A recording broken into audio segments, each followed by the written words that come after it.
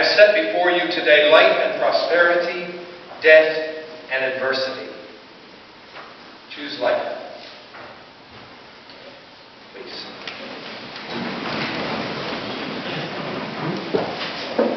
I think it was Henry Ford, the developer of the American automobile assembly line, who once said, "Whether you think you can or think you cannot, you are right."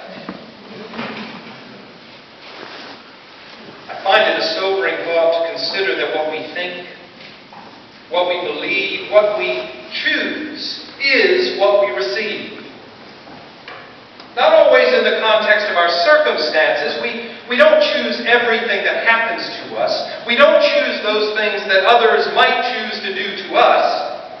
I might choose to win the lottery, but that won't make it happen. I might always choose to drive safely, but it doesn't mean others will. Someone might come down with a serious disease. It doesn't mean that they've chosen it. We don't always choose the context of our circumstances, but we do choose the character of our responses. Whether we believe we can respond in a wholesome, caring, honest, decent, and life-giving manner, or whether we believe we cannot, we are right. When Jesus taught his followers how to live, it was their character that he sought to transform. Not only their actions, but their character.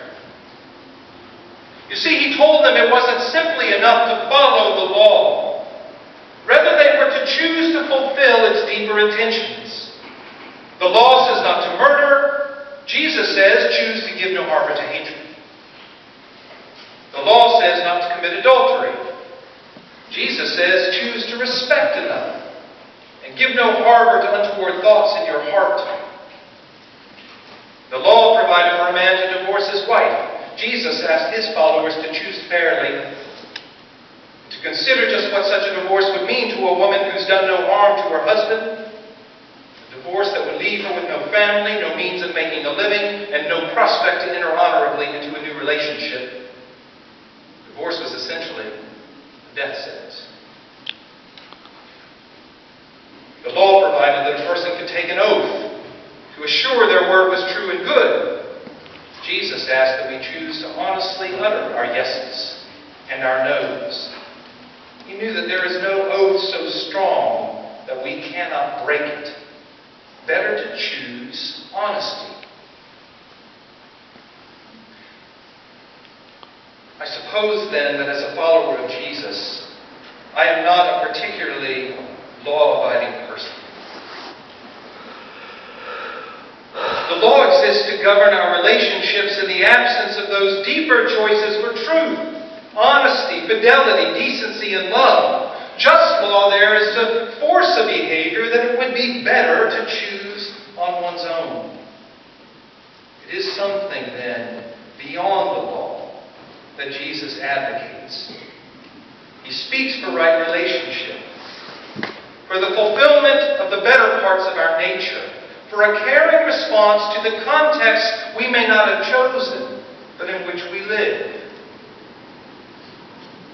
I mean, can it be so simple, really, as to sort of understand, just as an ordinary example, that we don't observe a speed limit to prevent us from driving as fast as we want, or because we just want to follow the law. Rather, we might observe a speed limit as a means of providing the best possible situation for everyone on the road to be safe.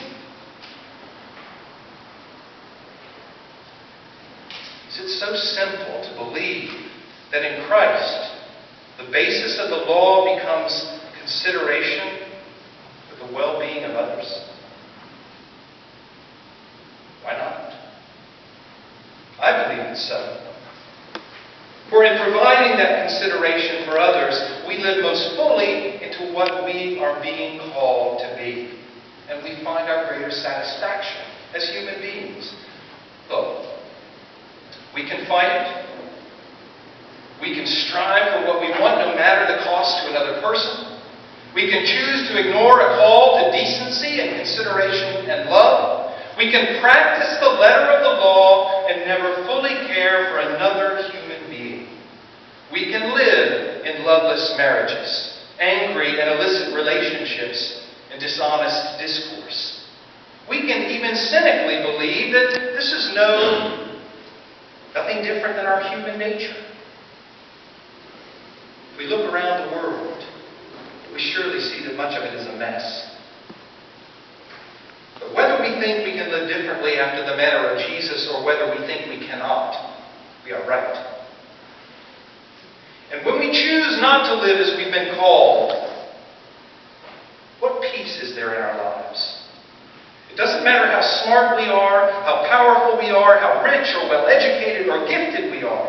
Eventually, if we would choose to live wholesomely, happily, and well, we need to realize that the commandments of Jesus to love God and to love our neighbors as ourselves are in place for our own good. They're in our best interests, and they're worthy of every effort that we make to fulfill them. And when we're stuck, when we might choose our own course, what then? Look, it's an old story, but it would do well to hear it again, or maybe for the first time for some. But the story is told about the night when a great American aircraft carrier was steaming up the English Channel. And before them they saw the flashing light of another ship coming their way. And so the lieutenant of the watch said to the signal officer, "Make signal to that ship. We're on a collision course. Suggest you alter course 10 points to the north." A few minutes later, the signal officer returned with a reply which said, "You are on a collision course, and suggest you alter your course 10 points to the south." The lieutenant showed the message to the captain, who ordered a reply. "This is the captain of the ship. My ship has right of way in this channel. Suggest you alter 10 points to the north." After a little while, the answer came back. "This is Able Seaman Jones of Her Majesty's British Navy. Your ship does not have right of way in this channel. Suggest you alter course 10 points to the south." Well, the captain was infuriated. He showed the note to the admiral, who ordered the next message. "This is the admiral. I demand right of way in this channel. Suggest you alter your course 10 points to the north." And a few moments later came the reply. "This is the lighthouse on the Eddystone Rock. I'm not moving. You can do whatever you want."